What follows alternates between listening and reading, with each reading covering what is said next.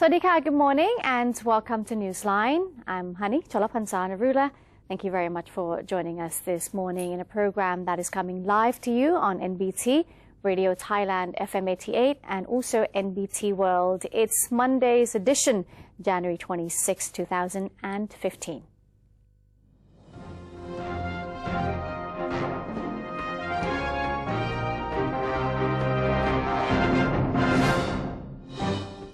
Welcome to Thailand Moves Forward, and in our first story of the day, the Office of the National Economic and Social Development Board, or NESDB, has been ordered by the Prime Minister of Thailand to turn 5 high-potential provinces into special economic zones in the second phase of 2015. The Prime Minister said in a national televised broadcast that he has ordered the NESDB to conduct a study in turning 5 potential provinces into special economic zones by this year. And the 5 provinces are Chiang Rai, Nong Khai, Kanchanaburi, Nakhon Phanom and Narathiwat. These provinces' borders are connected with neighboring countries and are considered important agricultural manufacturing bases. These provinces are eligible for more investments in many industries and businesses that will be an important mechanism to generate and distribute wealth. Many private companies have shown interest in investing and developing projects in the area. Along with the special economic zones, the Prime Minister also mentioned that development of an inclusive logistics network, urban planning and infrastructure must also be pushed forward in parallel with regional economic development to sustainably enhance trade value between Thailand and other countries. Transport Minister, Air Chief Marshal Prachin Chantong has travelled to Mae Sot district in Tak province to inspect the construction site of the second Thai-Myanmar Friendship Bridge. The minister and his entourage travelled to the construction site of the bridge at Ban Wang Takien in Mae Sot. They were welcomed by Deputy Governor of Tak, Chanachai Wibunwat, and also executives of relevant government units. The minister was informed that the 1.2-kilometre bridge could help reduce traffic congestion of the first Thai-Myanmar Friendship Bridge located in the same district. The bridge construction is expected to begin in September this year and end within 1 year. Apart from the bridge, a new Thai-Myanmar border crossing will be built concurrently in preparation for special economic zones in Tak and ASEAN Economic Community. The National Reform Council is scheduled to discuss mechanisms to fight corruption in the country today. NRC President Thien Chai Kiranan said the Reform Council is going to continue its meeting on January 26th and 27th, during which members will get an update on the progress of the NRC's committee in charge of charter drafting. The Council will also hear the reform proposals of the National Economic and Social Development Board, as well as the Committee on National Anti-Corruption Opinions on the National Legislative Assembly's National Anti-Corruption Act. Mr. Thien Chai said that there will also be the deliberation on how to efficiently equip Thailand with anti-corruption mechanisms and how to eliminate inequality while sustainably promoting economic and social fairness within the country. Let's turn over now to cybersecurity. Dr. Yaacob Ibrahim, Minister for Communications and Information of Singapore, told NBT World that cybersecurity is one of the highest priorities on the agenda of the ASEAN Telecommunications and Information Technology Ministers meeting, or TELMIN. Singapore's Minister for Communications and Information said that while there are many action plans to be implemented on the booklet of ASEAN ICT Master Plan, it is important that digital services and applications be created for use. Young people from ASEAN regions are urged to get involved. Dr. Ibrahim said one of the ideas he is enthusiastic about is the dynamic spectrum allocation technology, which is hoped to better utilize scarce radio frequencies, strengthen the submarine cable protection regimes, and ensure reliability of communications network in ASEAN. However, he told NBT World that each ASEAN country has their own idea of how they want the ICT system to develop in Asia, with different strengths and limitations that needed to be taken into consideration before actions are implemented. Hence, it is necessary to retain the ongoing dialogue between the ASEAN countries. While most of the action plans are yet to be implemented, Brunei Darussalam and Singapore has signed a bilateral agreement to reduce mobile telecommunication roaming rates starting this year. The ministers also encouraged other ASEAN member states to take steps to reducing mobile roaming charges across ASEAN, in line with the vision of a single telecommunications market. The next 15th ASEAN Telecommunications and Information Technology Ministers meeting will be held in Vietnam next year. The Rubber Replanting Aid Fund Office has warned rubber farmers in the south to watch out for wildfire in their plantations as a result of the dry season. The Rubber Replanting Aid Fund Office told rubber farmers to brace themselves for a lengthy summer, one which is likely to last until May. Dry leaves shed by rubber trees during this period are easily flammable. To prevent damage to rubber trees, the Planting Aid Fund Office has advised farmers to clear their plantations of dry leaves and weeds for a distance of at least 3 meters from the edge of the plantation. The space between each tree must also be cleared of dry weeds. In the event that a fire has slightly damaged some trees, experts have suggested that farmers mix water with lime and apply the paste to the damaged part. To prevent the trees losing moisture, it is advisable to cover their trunks at the base with thick layers of hay or even weed. Meanwhile, some rice growers in Buriram province have found a way to survive the severe dry season by switching to fast-growing vegetables. In response to the government's ban on off-season rice farming, around 100 families in Buriram are instead cultivating homegrown vegetables, which have proven to be both a big earner and a money saver for them. Farmers who have turned to vegetable cultivation said their homegrown vegetables grew very fast and consume far less water than rice. The farmers made the fertilizer from the waste of their livestock and used the water from the local source. The chemical-free vegetables, which are available at local markets, have received warm welcome from consumers. Sometimes their goods are not enough to meet the demand of customers. With a daily income of 800 to 1,000 baht earned from selling vegetables, the farmers said they need not leave their families to look for a job in other provinces.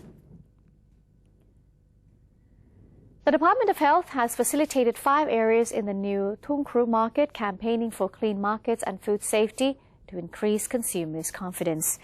The Director General of the Department of Health, Dr. Pontep Siriwanarangsan, presided over the campaign to promote clean markets and food safety at the new Thung Kru market in Bangkok, along with the government officials and related organizations.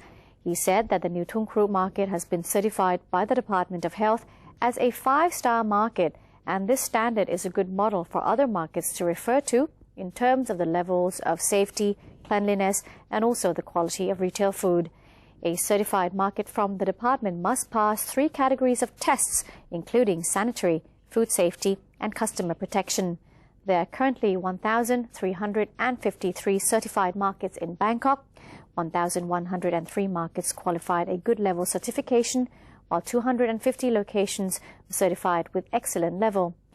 The Department of Health's Director General also demonstrated vegetable washing using vinegar, baking powder, and salt to wash off leftover contamination in fruits and vegetables. And the Ministry of Public Health has warned adults and schools to pay extra attention to the hygiene of small children following its recent report, which showed that the number of infectious hand, foot and mouth patients has a tendency to rise during winter. According to the Public Health Permanent Secretary Narong Sahamethapat, hand, foot and mouth disease last year sickened more than 65,000 children and killed 2. The deaths were reported in the north and the central part of the country. Most of the cases were found in children under 3 years old at kindergartens and local child development centres. As for January this year, the number of patients has been recorded at 822. Most of the cases have been detected in the north and the south.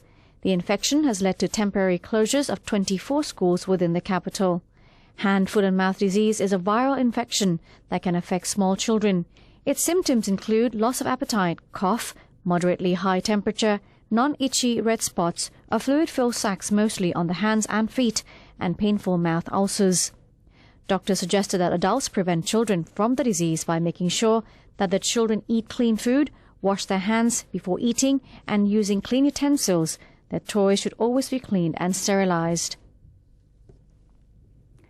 And now to food poisoning. The Department of Disease Control, or DDC, has urged all schools to enforce sanitary measures after 4,000 students were affected by food poisoning this month. The DDC Director General Sopon Mekthon has said that the department is monitoring food poisoning cases of students in schools and during field trips.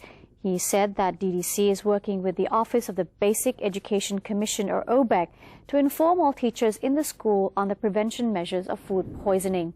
The measures include a school staff supervision of food sanitary procedures and regular checks of quality and expiration date of milk products, including proper food storage. All donated food to schools, both canned and cooked, must pass quality tests before being served.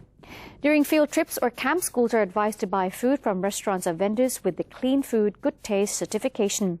Food packaged in foam boxes should separate the meal from the rice in plastic bags and should be consumed within 4 hours. Sanitary procedures such as eating hot cooked food, using serving spoon and washing hands should be encouraged by school officials in order for students to adopt this measure as a habit, and schools should be able to handle cases of food poisoning by providing first aid, patient transfer, coordination and communication with medical personnel when a case occurs. And now to the south. Halal Office of Prevention, Disaster Prevention and Mitigation yesterday showcased new fire trucks and remote control fire extinguishing drones, drawing attention from a large number of the members of the public. The office disclosed that the vehicles and the drones cost 23.3 million baht. The demonstration of the new technology in fighting fire is part of the province's annual Maulid festival, currently underway until February the 2nd. According to the office, the vehicles have been delivered to the area since last month and are being tested before being deployed in the actual mission. The office remarked that the drones would be especially useful in putting out fires in places considered too risky for firefighters. The drone sports a hose capable of delivering 2,400 liters of water per minute and a tank containing 4,000 liters of water and 500 liters of foam. Although the drones need to be refilled often due to its limited storage capacity, they are extremely useful when dealing with terrorism-related incidents. The office also displayed its new fleet of wind-powered flat-bottom boats at the fair.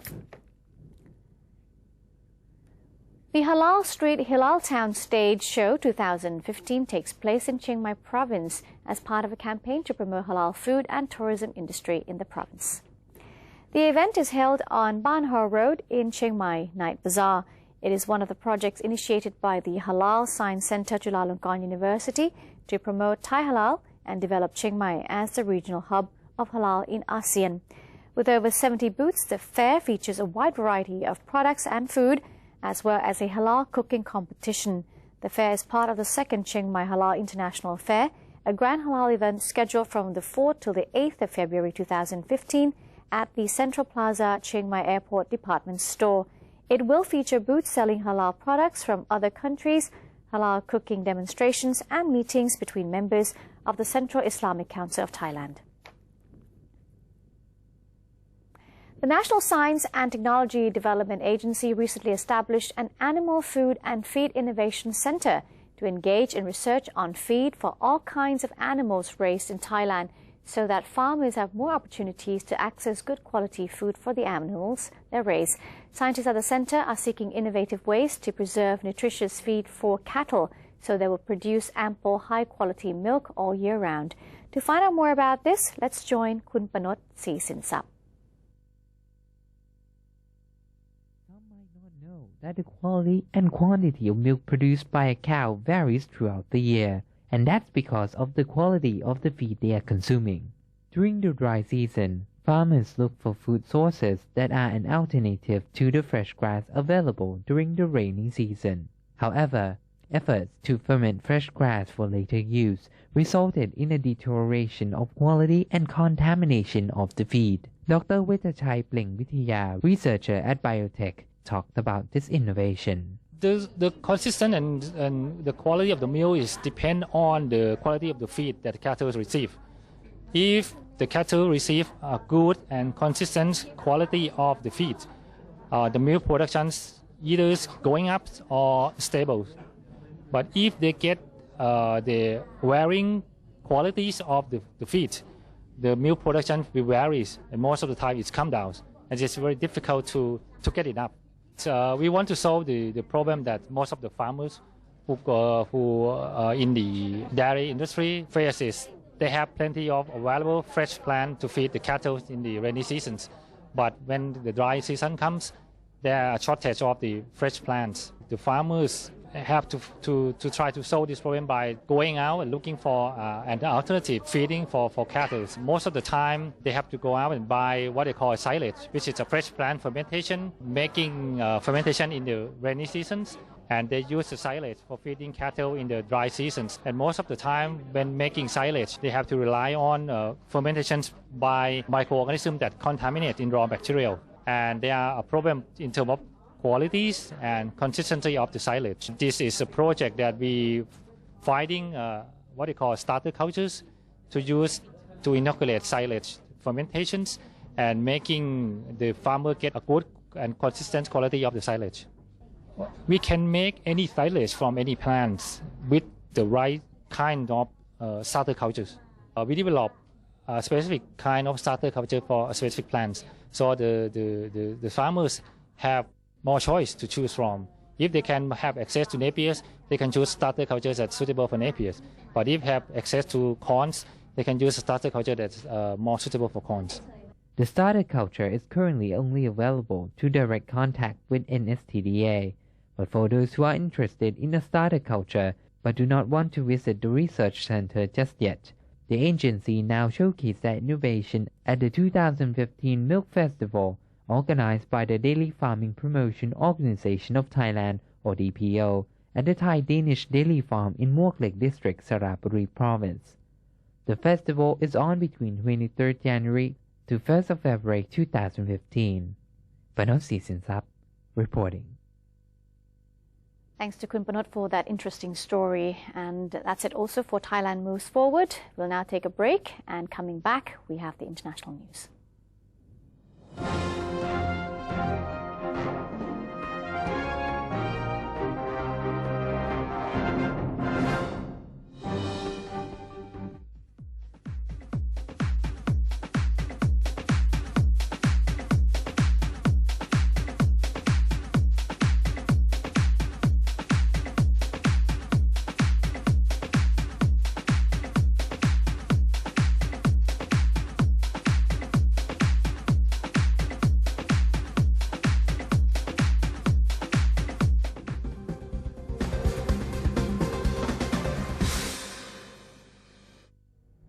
Maintain a strong nation, Thailand is promoting 12 core values for the good of the people. The eighth core value: maintaining discipline and respectfulness of the law and the elderly.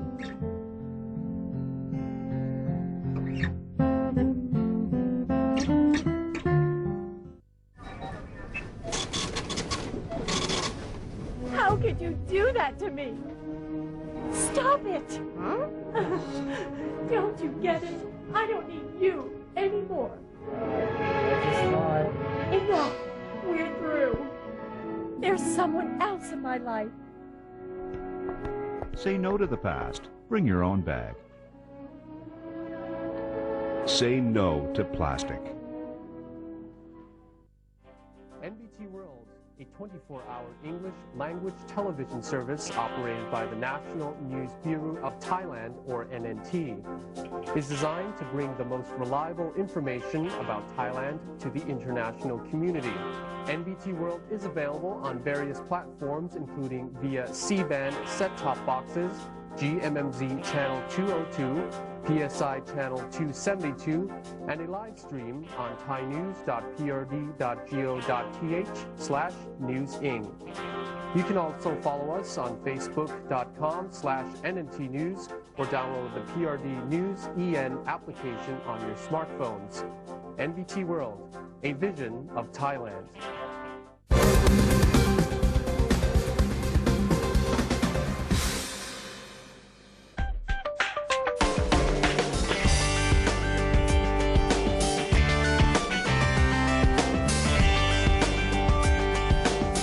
Welcome back. You're watching Newsline. The Indonesian admiral in charge of operations to recover Air Asia Indonesia flight QZ8501 has told the media the fuselage may be too fragile to be lifted.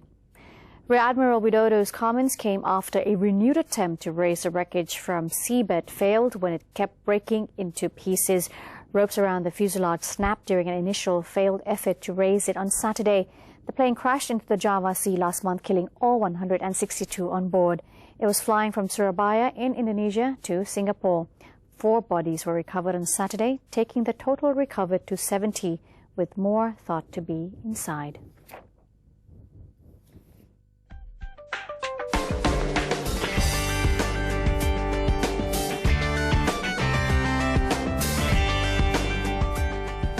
Japan's Deputy Foreign Minister Yasuhide Nakayama last night told the media that Japan would not give up on the other hostage being held by the Islamic State. The minister said that the situation remains the same as Japanese officials is gathering information and coordinating with every side to help Mr. Kenji Goto, who awaits release.